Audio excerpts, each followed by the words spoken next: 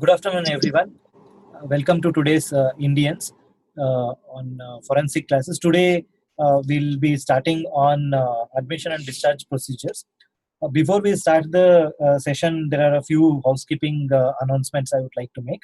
One is that when you join, please mute your mics. Otherwise, when we record this entire thing and then we put it up in YouTube, it will be difficult to edit, or we can't edit when people there is a disturbance in between the audio. So please mute your mics when you are joining. We understand that when you join, many of you might not be able to hear the audio. So when you join, please join the audio using your telephone or your computer, and please don't unmute your mics in between. So when the question answer session starts, you can ask the questions using the chat option, or you can raise the hand in the chat option. We would unmute your mic, or we would ask you to unmute your mic at that point of time. Now we invite Dr. Suresh Badamat sir to give his opening remarks on the topic. Sir, we welcome you, sir. Good evening to all the participants. Mental Health Care Act, we thought we'll start at the earliest. The reason being is it has already been, Act has been passed. Though the mechanisms of like state mental health authority or mental health review boards have not been found in many of the states. But however, the Act is passed and the judiciary will consider that it is in place. But as the practicing physicians like psychiatrists, we need to follow the essence of the act, like it may be forms, filling the forms. How do you do the admission under section 8990 in Mental Health Care Act? We have to at least follow that. If, for example, many of our psychiatrist colleagues will ask, sir, the Mental Health Care Act has not been implemented because there is no mental health review board, no state mental authority, etc. They will tell. But the issue here is whenever there is a dispute, when it goes to the court, the judiciary as a judge, if I am the judge, they will ask, see, fine, you have certain responsibility to fulfill under the obligation of the Mental Health Care Act. Did you admit Section 89, Section 90? Did you fill the forms? Did you inform Mental Health Review Board? So review board is not there, but did you fill the forms? Did you take the consent? Did you do the capacity assessment? These are the questions which will be asked as a practicing physician. But at the same time, for the students, please understand that these are the stock questions in the exams. They will ask under what section you are admitted, under what section you are discharged. Those are the issues you should know. And today, Professor Naveen Kumar will be presenting the admission and discharge. And whatever question is there, please do ask. Don't hesitate. There may be silly questions, but we would love to answer your questions. And now I welcome Dr. Naveen C. Kumar, the Professor of Psychiatry. He is a forensic consultant along with us, and he was involved in drafting the central rules along with us. So Dr. Naveen Kumar, please take over. I'll be in the background. Thank you very much, sir, for the introduction, and welcome one and all again for this session, Indian session on forensic psychiatry. I think I have interacted with you all already once when I spoke about the assessment of in forensic psychiatry. So today I have the pleasure of talking to you all about this very basic and very, very important and indispensable part of our psychiatric practice. This Mental Health Care Act has come and has got implemented, and as Professor Suresh was mentioning, still the institutional mechanisms are getting formed. However, the essence of the act we all need to follow, and as long as we practice psychiatry, this act is going to be there unless there is a change which change in the act, which is very, very, very unlikely for the next at least 40 to 50 years.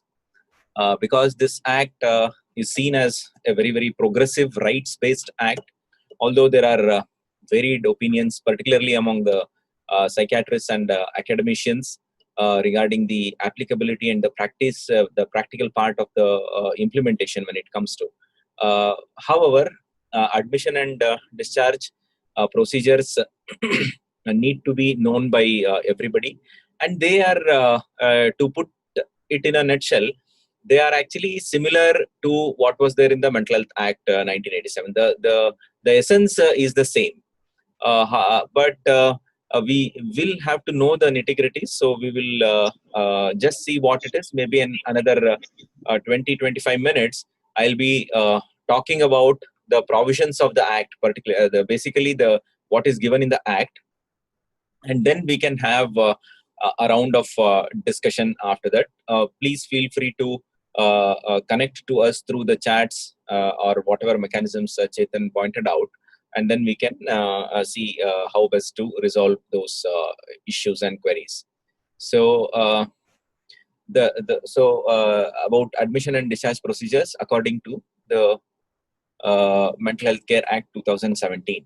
As you may already know, the change of the Act from Mental Health Act 1987 to 2017 Mental Health Care Act was necessitated because of the ratification of the UNCRPD in October 2007, as India is one of the signatories for the convention, and she had an obligation to harmonize all the existing laws to get in sync with what is there in the convention. It was thought that the existing mental health care, the then existing Mental Health Act 1987 does not adequately protect the rights of persons with mental illness, nor promote their access to mental health care. So, to fulfill this obligation of the UNCRPD, the Mental Health Care Bill was set in process, and then it was converted into the Act, and now the Act is in place. Now, actually, there is a sort in the past century, almost 80 years, there has been a paradigm shift in the way the mental health care has been defined in this country. If you look at the Indian Lunacy Act 1912, it was all about the custodial care of persons with mental illness. Then came after about 75 years, the Mental Health Act 1987. It was more to do with treatment of persons with mental illness. And now we have the Mental Health Care Act. After about 40 years of Mental Health Act, it is about protecting human rights, during the treatment processes.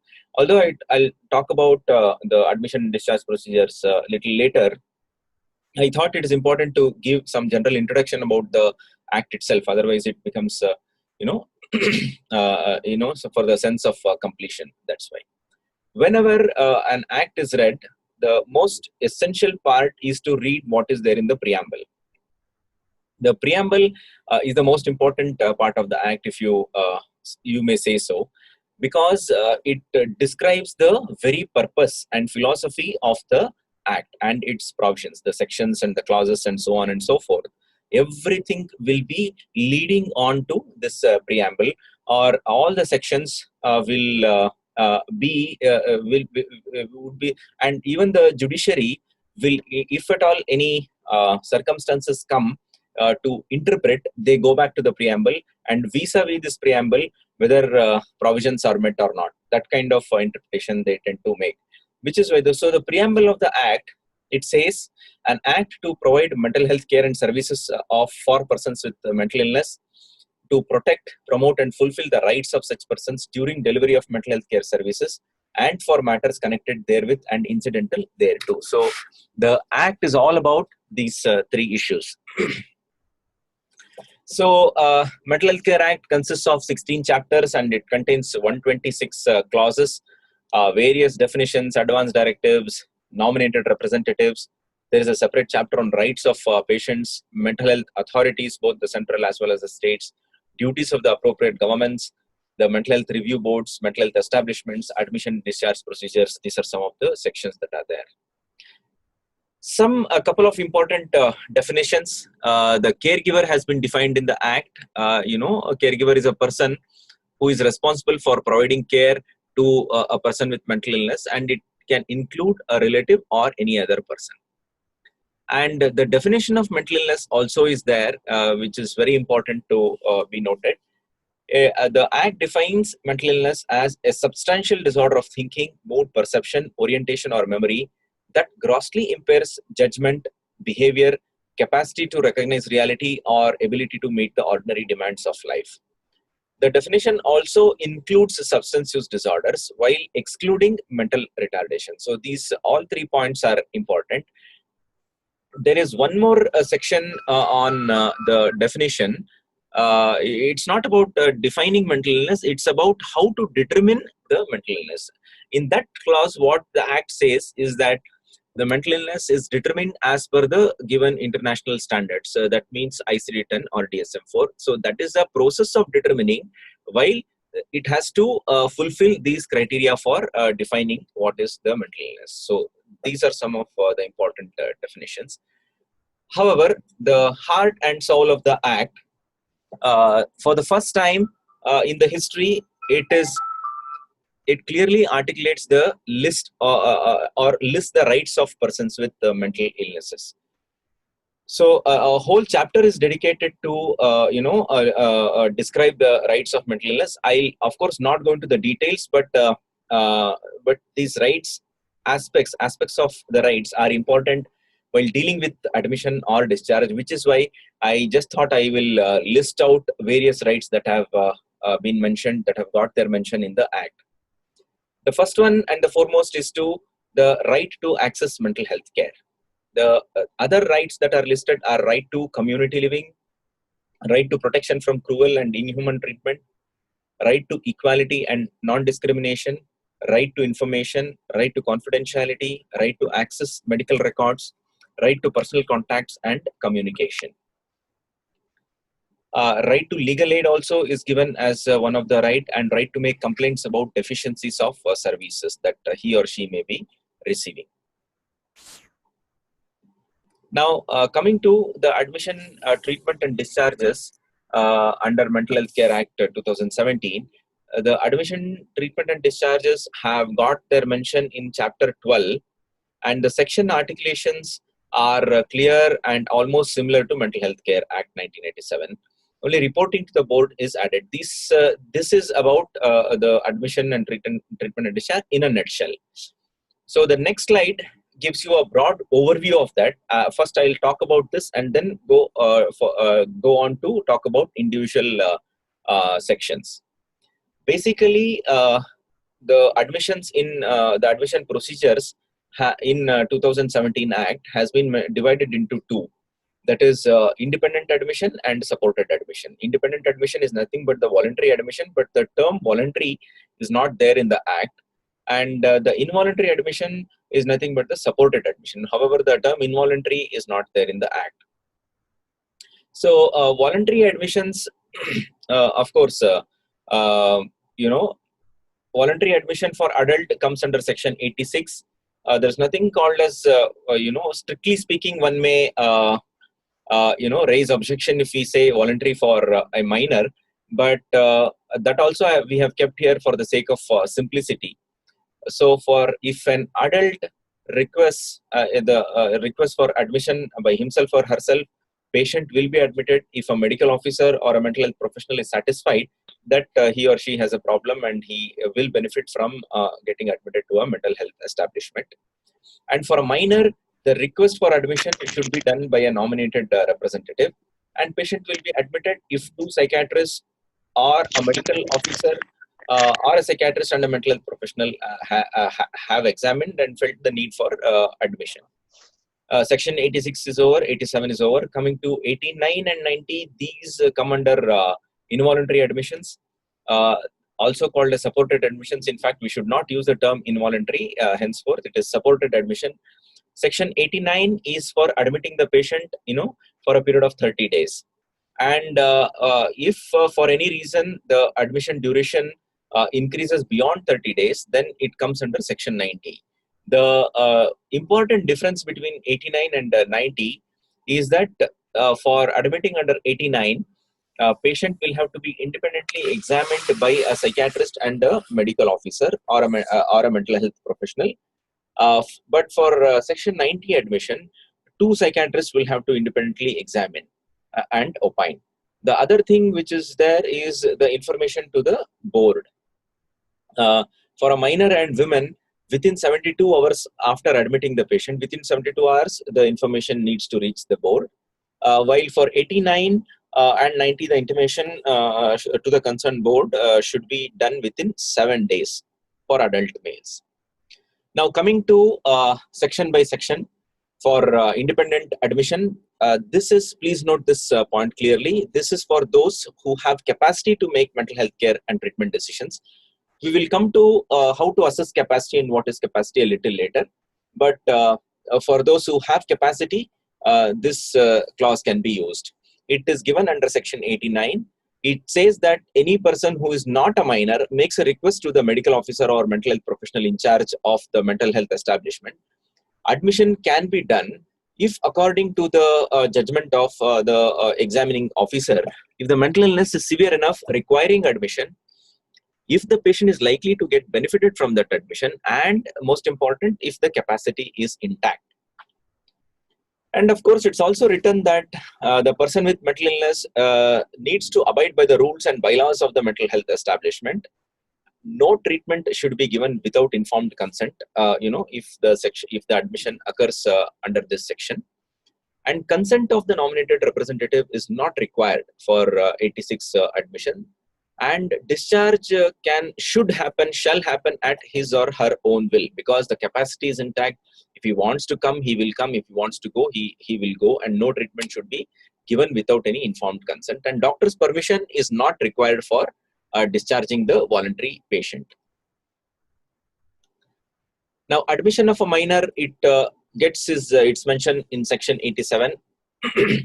The procedure is the nominated representative should apply. Of course, again, I will come back to the section of who can be a nominated representative a little later. But NR should first apply. And the other prerequisite is the examination by 2 psychiatrists or 1 psychiatrist and 1 mental health professional. Now, mental health professional is a general term. Generally, when you talk about mental health professional, we talk about psychologists, social workers, and nurses. Of course, it should be a clinical psychologist, psychiatric social worker, and a psychiatric nurse. So these 2 people should independently examine at that point in time or any time within the previous 1 week, and they have to independently conclude that illness is severe enough to require admission, and admission is in the best interest of the patient. And they should also give a justification that no other way is there to fulfill the clinical need of the patient apart from admitting that particular person.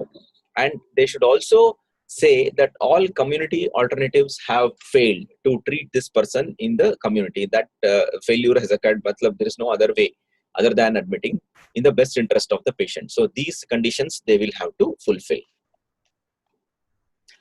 The section also says that admission of a minor, the admission of minors, there has to be a separate facility for minors. And it also says that nominated representative or person appointed by the nominated representative shall accompany the patient at all times during admission. If a minor girl is there and if the nominated representative is a male, it is also written that that male NR needs to appoint a female attendant to stay with the patient all the time. And the treatment should occur with informed consent of the nominated representative. And of course, as I've told you previously, the information to the mental health review board should go within 72 hours of the admission. And there is also this periodic review by the mental health review board that also is mandated in the law. That is about section 87, that is admission of a minor. And discharge of an independent patient, again, section 88. That can occur on the request of the independent patient. That is, if the patient requests, the discharge has to be immediate. However, discharge can be prevented if the conditions for supported admission gets fulfilled. That is, if conditions for section 89 gets fulfilled, then discharge can be prevented. However, that justification for continuing the admission or changing the section from 86 to 89, that needs to, the formalities should be fulfilled at that time. Now coming to supported admission, that is the section 89. The justifications are basically 3 issues. That is, there should be evidence of recent threatening or attempt to self-harm, and there should be evidence either historically or on examination that there is violence towards others. And the third point is there should be an inability to care for himself to a degree that places the individual at risk of himself or herself. So these 3 points should be fulfilled. And of course, the information to the board should go within 7 days in case of an adult male, or in case of women and minor, within 3 days, the information should go to the board. Again, there is a procedure, there's a form, the NR has to fill up the forms, and independent examination should be done by a psychiatrist and a medical practitioner. Medical practitioner includes MBBS, Ayush, and IS patients. Everybody come under the broad rubric of a medical practitioner. One psychiatrist and a medical practitioner, or one psychiatrist and a mental health professional. So one psychiatrist is essential for authorizing this particular admission, and the both should independently certify that admission is the least restrictive treatment option that is available. And another point is that they should also certify that the patient is unable to make mental health care and treatment decisions. That is, capacity assessment is essential for admitting the patient under this particular section. As I've told you previously, this supported admission is limited to 30 days. Now, at the end of 30 days, the patient can get shifted to either section 86. That means that it becomes a voluntary admission, and if the admission becomes voluntary, the discharge also is voluntary. The moment it gets shifted to section 86, the moment the preconditions for 89 cease to exist. It can happen anytime before 30 days. And if it is not, then of course it has to get shifted to section 90. Section 90, we will talk about it a little later. And the treatment should happen after taking into account any advance directive, after taking into account the informed consent of the patient with support of the nominated representative. And if the patient if the patient requires nearly 100% support, that has to be documented, and at that time the nominated representative can consent for treating under 89. And there is also this mention that there has to be a review of the capacity to make mental health care and treatment decisions every week. That also is written under 89 admission. The other provisions which are important is that there has to be mandatory reporting to the mental health review board. That this I have repeated already twice. And the patient has the option to challenge this admission in the mental health review board. And if admission beyond 30 days is required, referral to two independent psychiatrists. Referral means when two independent psychiatrists should examine the patient, and then they have to independently opine, stating that the patient needs to continue and he is not in a position to get converted to 86. Now, coming to section 90, two psychiatrists should examine independently. The conditions or the justifications are similar. That is, either he is dangerous to either self or others, or it is inability to care for himself or herself, resulting in a damage to the health of the particular patient. Again, the information to the mental health review board should occur within 7 days. And mental health review board, before agreeing to this section 90, can ask for a plan for community treatment for that particular patient. So this plan also has to be ready once the patient gets discharged. What is the plan that the treating team is making for that particular patient? And if you read the act carefully, there is provision for indefinite extension of admission under this section. Conditions also are similar, but every once in 6 months, I think every 180 days, there has to the review has to occur. I have not gone into the details because it's too cumbersome to remember, but anyway, it's there in the act. But it's important to know that there is provision for indefinite extension of the admission that is there in the act. And a couple of clauses on the leave of absence. The medical officer or the psychiatrist in charge of the hospital may grant leave to an inpatient to be absent from the establishment, subject to such conditions, if any, and for such duration as such medical officer or psychiatrist may consider necessary. A consent from the nominated representative should be there. In writing, that request will have to be made. That is about the leave of absence. The next important section is the section on emergency treatment. Emergency treatment shall be limited to 72 hours, and the emergency treatment may be provided subject to informed consent of the nominated representative, and if it is immediately necessary to prevent danger to self or to others, or the person causing serious damage to property belonging to self or others, where such behavior is believed to flow directly from the person's mental illness. This judgment somebody has to make, and then the treatment can be given. Emergency treatment includes transportation of persons with mental illness to the nearest mental health establishment for assessment. And important point to note here is ECT is not allowed during emergency treatment, and emergency treatment can be provided by any medical practitioner. This is again, and what all can be given, that is not there in the act during emergency treatment, but what is there is ECT cannot be given during that emergency treatment. That line is there. Of course, that is an debatable clause, but this is what is there in the act. Like now, these are, till now, I think all clear clauses of very directly related to admission and discharge we were discussing. Now, some of the related clause I will take maybe another 5 minutes, and then we can open up for discussion. Now, psychosurgery prohibitions and restrictions, because these are not directly related to admission and discharge procedures, but of course, during the day-to-day clinical work, it's very difficult to differentiate one with the other, which is why I have included. So, psychosurgery should be done only after consent and board clearance. And there are certain clauses related to restraint, physical restraints, should be done only if it is the only way to prevent imminent and immediate harm to self or others. It has to be authorized by the psychiatrist in charge, and it is allowed for as less a time as is permissible. And unmodified electroconvulsive therapy is totally prohibited, is totally banned, as is the sterilization procedure. And chaining and seclusion and solitary confinement, there are also, these things also are prohibited.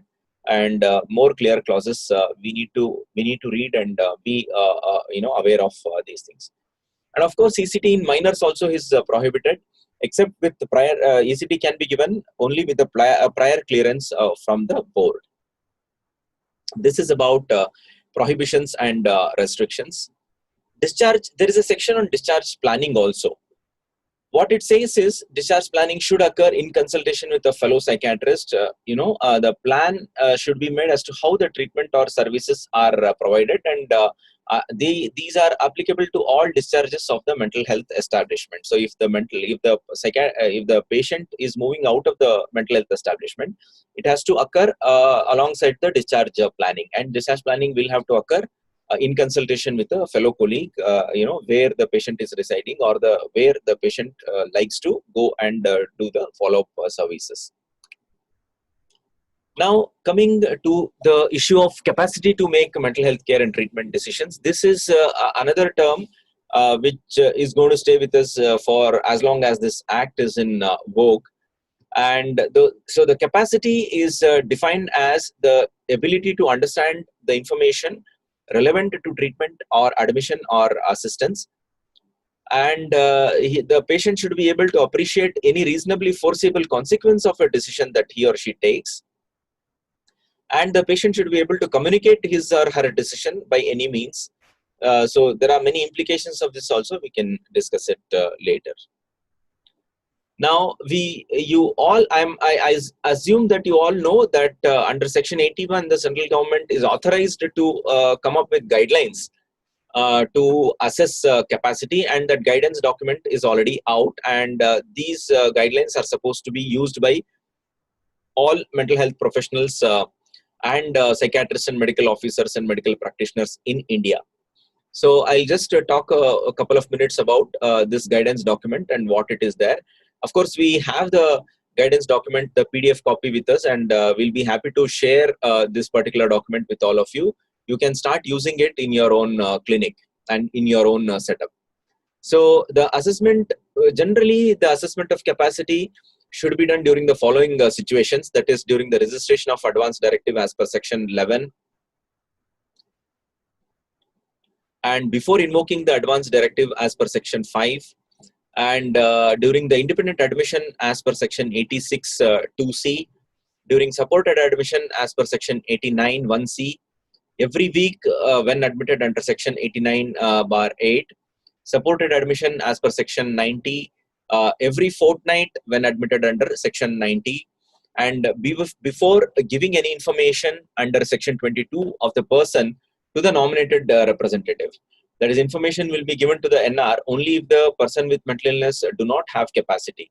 Otherwise, it has to go through the patient himself or herself. And for treatment related decisions other than admission as per section 4. These are some of the these are more important situations wherein the assessment of capacity is essential. And some of these things are are part of the guidance document. These are self-explanatory. I need not go through them again and again. Name and the demographic details, whether nominated representative is there or not, advance directive if it is present or not.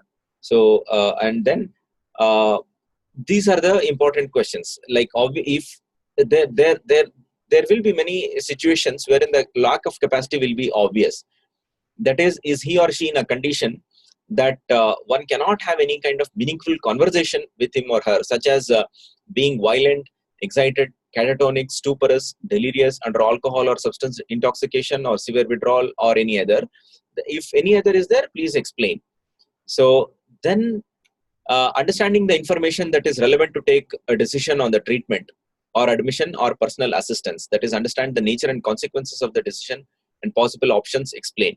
That is the individual oriented to time, place, and person? Has he or she been provided relevant information about mental health care and treatment pertaining to the illness in questions? If no, the provide explanation.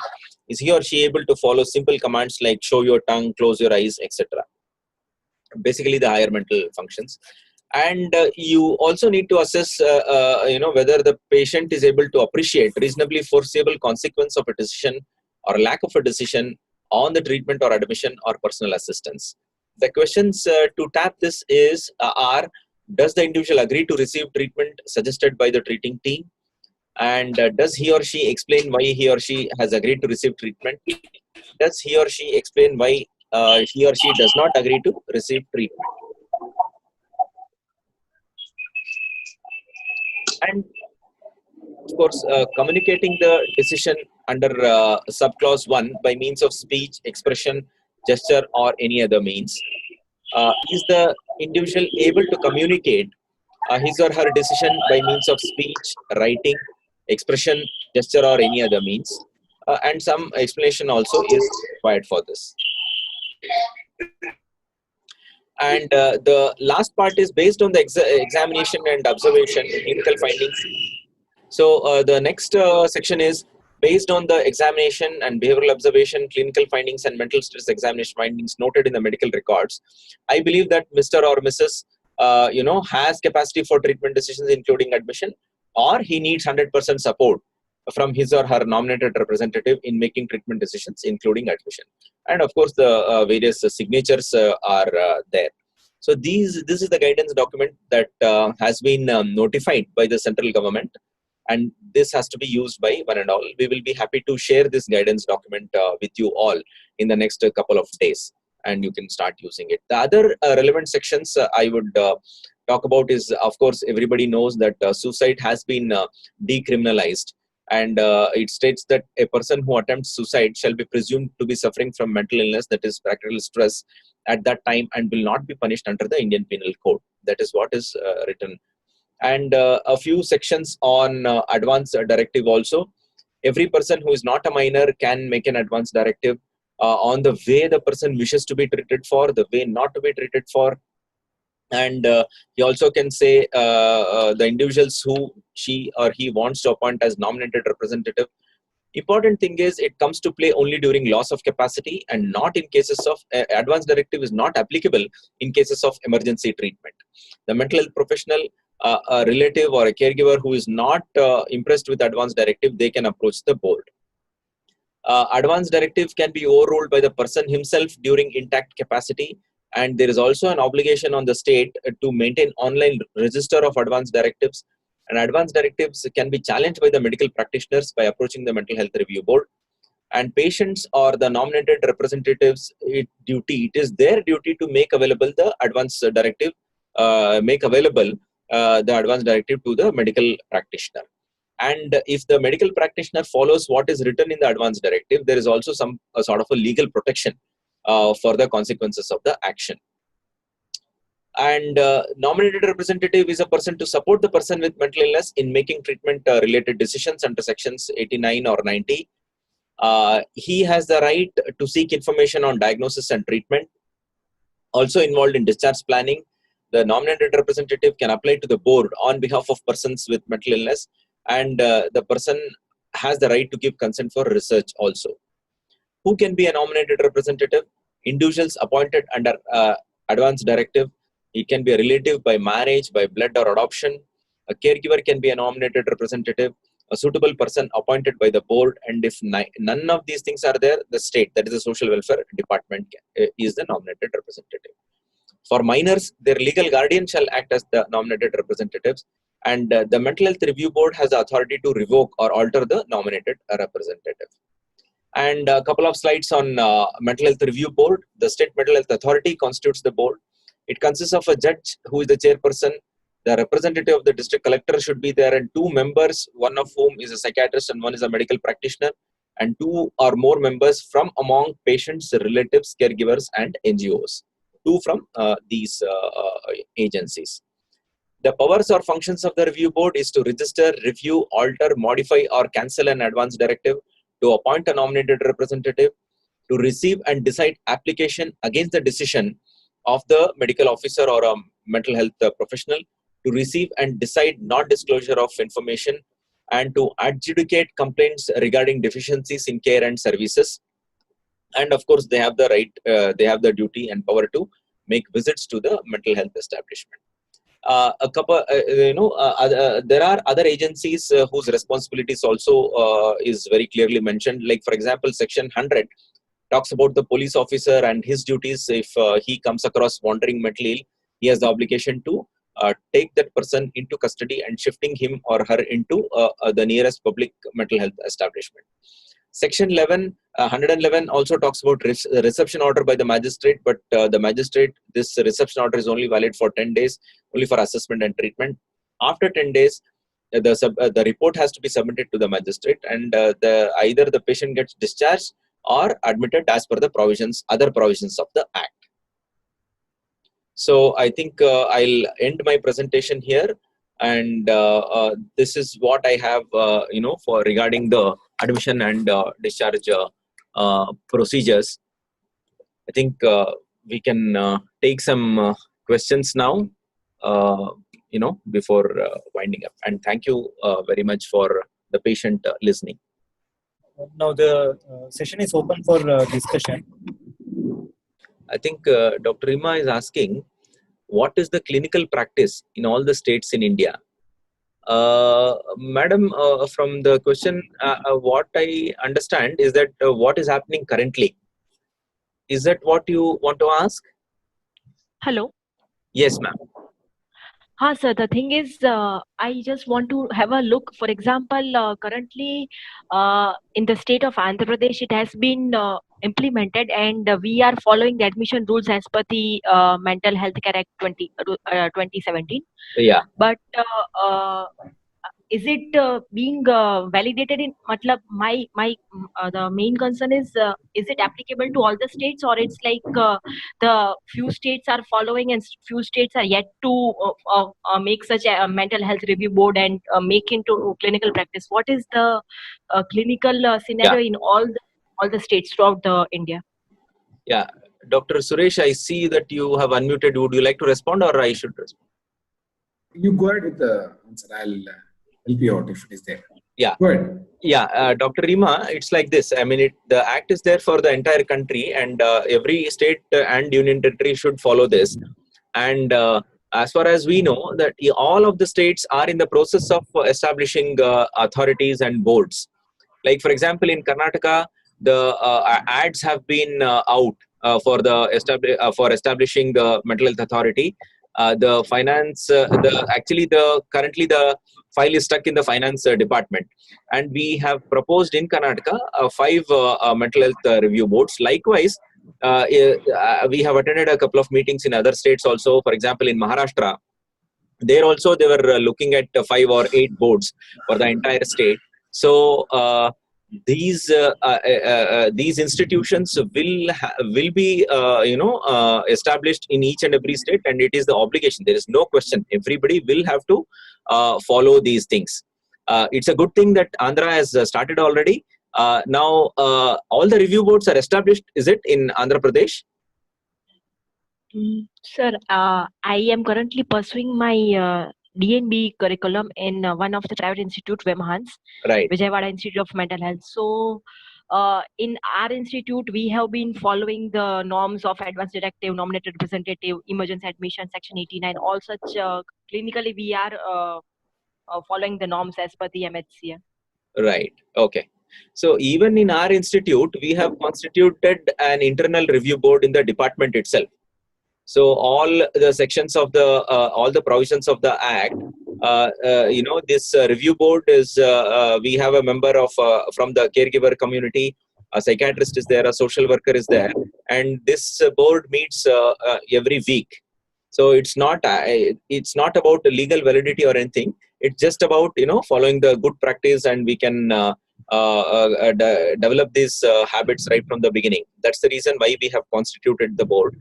As you are doing, and all our supported admissions and whatever queries related to the Act, the board is handling. That is the response I would like to give. Yeah, I think there are yes, sir, Dr. Suresh. Yeah, Rima, see, it's like this. Tomorrow, some legal issue occurs. Example, the patient dies or something happens in the mental health establishment. You cannot say that since mental health authority is not formed, I did not fill the forms.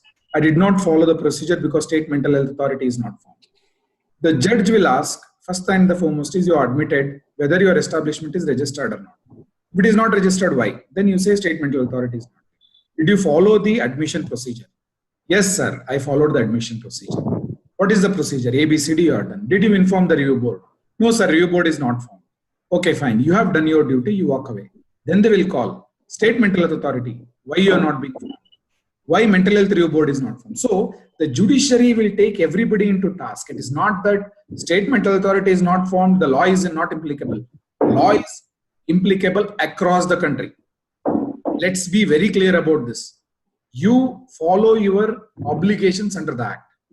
Whichever you have to do, filling the forms, following the procedure, you have to do. You cannot say that, sir, it is not there, I will not do it. That is not, because the judiciary will take everybody in the loop, including if the health secretary or the CEO, whoever is there, CEO, that is Chief Executive Officer of the State Mental Authority, he has to answer why it is not been formed, who everybody responsible will be called by the judiciary. So this Act is applicable across the country. Now it is, yes, it is in work, everybody should follow it. Hope I made my point very clear, Dr. Rima. Yes, sir. Very much clear. Thank you, sir. Okay. Yeah, we'll go on to the next question. The next question is, does this consent for treatment and capacity assessment apply for outpatient treatment as well? Yeah, I would think that it is applicable for outpatient treatments as well. But that kind of documentation may be difficult in OPD treatment. But nowhere in the Act it says that it has to be followed only for inpatient. That is my response, and Dr. Badamant also wants to respond to that. Yes, sir. Yeah, see, for example, if you are doing advanced directive on OPD basis, yes, you are going to use it. Let's be very clear about that. And if you are going to give certain treatments and which you have a doubtful that the capacity is not there, and the patient does not fulfill the criteria for admission under 89, but he doesn't have capacity, then you are going to use it. So nowhere it is mentioned, but there is a clear-cut mention in the document, guidance document, where you are supposed to do. And at the same time, whenever you have a doubt, the capacity is not there and you are going to give some treatment, best is to do capacity assessment. And guidance document, please use it. It is a capacity assessment, because tomorrow everybody will question your decision to go against the patient's will, because the law is very clear. The law says that everybody has capacity unless somebody has to prove otherwise. Who is going to prove that? If you are doing something against the patient, you have to prove it. So better have a good documentation, have a capacity assessment. It has to be used both in inpatient, outpatient, and advanced directive. If you are doing outpatient, yes, you are going to do it and you are going to assess it. And if you are going to do some procedures in the OPD basis, like if I'm going to do ECT on OPD procedure and he does not fulfill section 89 criteria, but he has given consent for ECT. Best is do the capacity assessment, go ahead with the ECT and do it. That would be the best, what we call it as best practices. Thank you, sir. We'll move on to the next question by Dr. Amrit Pal Singh. Sir has asked, is there any time binding on the mental health review board for replying to request for minors requiring ECT treatment? Sir, I'm afraid the time binding is not there. That's a tricky issue, which is why we are in the process of digitizing the entire implementation of the Mental Health Care Act, and we are coming up with the mental health care management system. The time binding in a couple of places is there. I am not able to recall it as of now. I think it's about 6 days or so for some of the provisions for some of the responsibilities of the board. Again, Dr. Suresh wants to add on to this. Sir, please go ahead. Under the clearly for central regulations, there is a points we have clearly written. If the review board doesn't respond within 3 days, you will go ahead with the treatment. That's what we have written. The central regulation is yet to be notified. If it is notified, within 3 days, they have to respond. If they don't respond, you will go ahead with the treatment plan unless the review board gives. That is, A is the one answer. B, sir, 3 days, it's very difficult. For that reason, Dr. Naveen and we are all forming, we have already come out with a beta version, basically a software, which is mental health care management system. It is called as Manas. This is a software where the patient, whoever is using, like psychiatrist, social worker, psychologist, whenever there is admission occurs, if you tick section 89, automatically the information goes to the mental health review board. He knows that under 89 somebody is admitted. Review board will give permission. If they don't give permission, it will be giving notification to the review board that you have to notify or you have to reject it. Similarly, the state mental health authority comes to know whenever you send for registration. They also get notification. If they don't do it within 15 days, you will get a letter telling that you have been automatically you have been registered. So this software is about to be implemented in Karnataka. In another 1 or 2 months, we'll be completely rolling out. It is in the beta testing. If it is done, it will be available across the country. So this is one of the a software for implementation of Mental Health Care Act. These issues will be taken care there also, sir, about the ECT and other treatment. Yes, thank you, sir. Yes, thank you, sir. Next question is, what, I don't know, it's Prav Psych. I don't know who's that doctor, but what the doctor has asked is, what things are to be considered when a patient makes a decision against his own welfare or against the doctor's advice? How capacity status can be arrived? Now, the capacity status can be arrived using the guidance document. What things to be considered for assessing capacity, that also is very clearly mentioned in the Act, but there is a clerical error there. But those 3 items where the person should be able to understand, he should be able to appreciate the consequences of whatever decision he or she takes, and the person should be able to communicate that decision in whatever way possible. And the guidance document very clearly gives you the points as to how to arrive at that. We will be sharing it with you all, and you can start using it. That's the response. Yes, also as the section on capacity assessment mentions, or between understanding, appreciation, and communication. Yeah, that's a good observation. Sir, you want to respond to that, sir, Dr. Suresh? Yeah, one more thing. See, there just because capacity assessment, somebody takes a decision against his what we call it as you think that it is wrong. A wrong decision is not a incapacity. Please understand. Like for example, a person with alcohol dependence syndrome or opioid dependence syndrome, you know that he is going to develop some complication, but he says, I don't want treatment. You have to give respect to that. You cannot say that he doesn't have capacity. He is able to fulfill the capacity, the 3 criteria, what it is mentioned under section 4. And if there is the point, if you ask me, I'll read the word, what it is written. they have very clearly written in the section 4. See, section 4, the point number 3, where a person's make a decision regarding his mental health care or a treatment which is pursued by others is inappropriate or wrong. Section 4.3, where a person makes a decision regarding his mental health care or treatment which is pursued by others is inappropriate or wrong, that itself does not constitute mental incapacity. So you are not going to make a judgment, no, he is severely ill, I will take a decision. If he has capacity, you are going to give complete respect to him as a person. Yeah, I think That's the assessment of capacity is a very, very crucial thing here. If the capacity is intact, then there is very little that a doctor can do. The question comes only if there is no capacity. So I think capacity assessment will again become part and parcel of our practice, henceforth. That's what we'll move on to the next question. Dr. Karthika, do you want to unmute your mic and ask the question? Okay, so Dr. Karthika has written, what should we keep in mind when it is mentioned that emergency treatments include transportation? That means, see, to my mind, it appears that during transportation till the time reaches the mental health establishment for assessment, till the time what all treatment you give, that all those things will come under the purview of emergency treatment. It's my own interpretation. I may be wrong.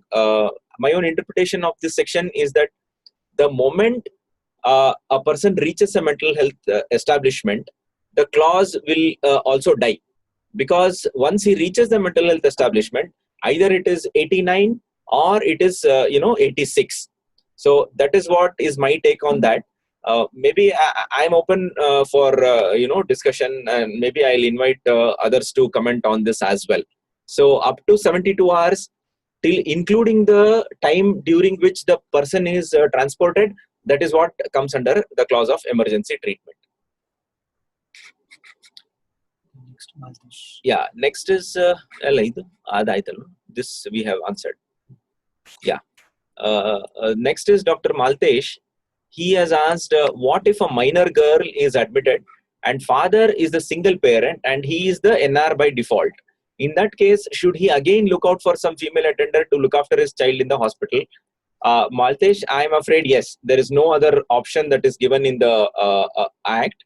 It clearly says if the patient is a minor girl and if the NR is a male, then the onus of responsibility is on the NR to arrange for a female attendant, and that attendant is mandated to stay with the patient all the time till the person gets treated in the mental health establishment. That is my response to that. I think next question is from Dr. Abhinav Rastogi. He has asked, is there a documentation format for informed consent, admissions under sections, capacity assessment, etc., which has to be followed by every mental health establishment? Or will every mental health establishment make and follow their own formats, since we are still not practicing the protocol yet? The response to this is yes. There are every mental health establishment need not and should not make their own forms. The forms are already available. That also I think we can share, sir. All the forms for admissions under various sections and for capacity assessment also. Those forms we have made, and some states like Kerala, somebody had formed a website on Mental Health Care Act 2017. And that gentleman and that team had come up with 95 forms. I think that website is still active, so I think we can make use of all these resources. We'll also be sharing various forms with the group. So whichever forms are applicable, we would welcome them. Use this. And Dr. Suresh wants to add on to this. Yes, sir. Please go ahead. Yeah, see, the admission forms, they are there under the central rules and the state rules. Please don't use your own forms. There are forms which are there mandatorily done. Capacity document, capacity assessment forms are there. See, for ECT, there are various, for the treatment purposes like ECT or RTMS or giving any injectables, you may have your own consent form. But the admission, discharge, leave of absence, for those, the forms are very clear. Please use the forms which are gazetted. So those forms will be shared by Dr. Chetan and us. Guidance document will be shared. All the central rules will be shared with you. Central rules, there are 2 central rules will be sharing with you, and also the state rules will be sharing with you, and whatever the errors which have been notified, we will share all these documents in another 1 or 2 days. Thank you, sir. The next question is Dr. Praveen Pandey from KGM. Thank you, Praveen, for letting us know your real identity. He asks, it doesn't mention, the Act doesn't mention what needs to be taken into account if a person makes a wrong decision. This question I find it a little difficult to understand, but whatever I have understood, I will try and respond. Wrong decision, wrong for whom? Whether it is for the patient or for the others, for the caregivers, whatever it is, I think the issue of capacity is essential again, which is very, very basic here again. If in the assessment of the person, if the assessment of the patient, if the capacity is intact, we will have to respect the decision taken by the patient. Or else, we should see if we have to commit the person, involuntarily, you will have to see whether he or she fulfills the criteria and justifications for Section 89. That is what is my response. And the next question is, 1 minute. Has the formation of review boards been left up to the state, or is there any provision of a central overseeing body? Again, the response is that review boards will have to be formed by the states. What the center has done is that they have notified the mental health review board rules for the states, and those rules will have to be taken as the guidance document by the state governments, the health departments, and then they will have to form the boards. That responsibility lies on the state only, forming the review boards. That is also a wrong decision does not imply incapacity. Thank you. And the other thing is, sir, ECT is not allowed in emergency admission. Does it mean that it's not to be used in highly suicidal behavior of a patient? No, emergency treatment doesn't talk about the word admission at all. It says emergency treatment is applicable for 72 hours and it includes the duration during which the transportation occurs, during which the patient is transported into a mental health establishment for assessment. That is the terminology that is used. So if you go by that, ECT can be given, of course, but of course we will have to say that ECT will have to be given in a mental health establishment. And the emergency treatment clause says the emergency treatment clause will be applicable only till the time the person is shifted to a mental health establishment or the person is transported to a mental health establishment. And once the person gets admitted or once the person reaches the mental health establishment, the other provisions of the Act kick in. So then, of course, you can admit the patient under 86 and give ECT, or the other provisions are there. 89 is always there. And under 89, you can admit the patient and give ECT with the consent of the NR if the person requires 100% support for decision making. Mm-hmm. Yeah, and Dr. Chetan also wants to add a point. Yes, sir. The emergency treatment doesn't mean that it is done only in a mental health establishment. Emergency treatment can be done in any place, including a PHC, including any clinic, anywhere. This has come up because of many other states, at least in Assam, the treatment, the general treatment, the emergency treatment should be given for everybody. Even in the state of West Bengal, these rules have come, these acts have come, making it as a right, making medical treatment as a right. When they talk about medical treatment as a right, it doesn't mean that anybody who comes to a doctor telling that, okay, it's my right now, in your private clinic, now you treat me free of cost. No, that doesn't mean in that way. What it means is emergency treatment. Even if it's a clinic, even if it's any hospital, any kind of emergency treatment should be provided as a right, probably free of cost, or it's a subsidized amount in many states. Now, having said that, now psychiatric emergency is also a kind of emergency. So if this person goes to a nearby PHC, there all these emergency treatments will occur. There, as the clauses say, that you can't administer a depot injection, you can't, there are provisions, there are many things which can't be done during that emergency period for 72 hours. So from that PHC, when the person reaches the mental health establishment, the emergency ends there. Emergency ends when the person reaches mental health establishment. From there on, it will come under any of the sections to admit either a person voluntarily or with high support needs. Say, for example, we'll take a person who has had a suicidal attempt, a DSH attempt. Now, the person has consumed many tablets of multiple things. Now, the person is not taken to a mental health establishment immediately. They would be taken to a nearby general hospital where gastric lavage is done. So, during that time, can ECT be given in that hospital at that moment? No. Can a depot injection be given at that moment? No. But if the person is so agitated that you can give a short-acting injection, for example, lorazepam can be given as an injection at that point of time, the provisions say, yes, you can give.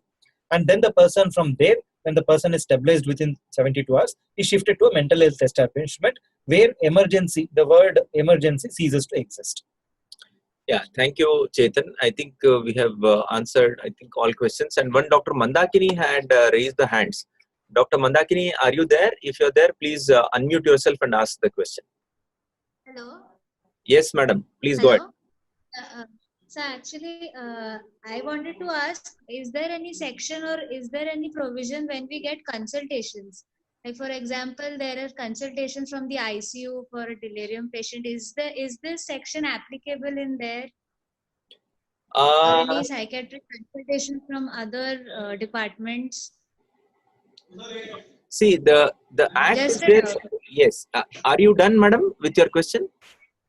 No, I am. Yeah, yes, I'm done. Yeah. So the answer is there is no separate section to cover general hospital psychiatric consultations, but the issue is the act is there for everybody and for all establishment. Of course, the section or the practice of general hospital psychiatry, people, there are a lot of controversies around that area. I don't think today is the time for discussing all that, but all the sections do apply. Even if you consult for other departments, like for example, it could be delirium or myocardial infarction or whichever department, if you are dealing with a person with mental illness, which is applicable, according to the definition of the mental illness as given in the Mental Health Care Act, all the provisions are applicable. That is my take on that. Thank you all for the participation and nice questions. It was a good discussion also. And we'll have the next class on next Saturday at 3 o'clock. So we'll meet you next week at 3 o'clock. Thank you. Thank you, one and all. Before ending the session, I would also like to thank Linux Laboratories for their academic support through academic grants. Thank you, one and all.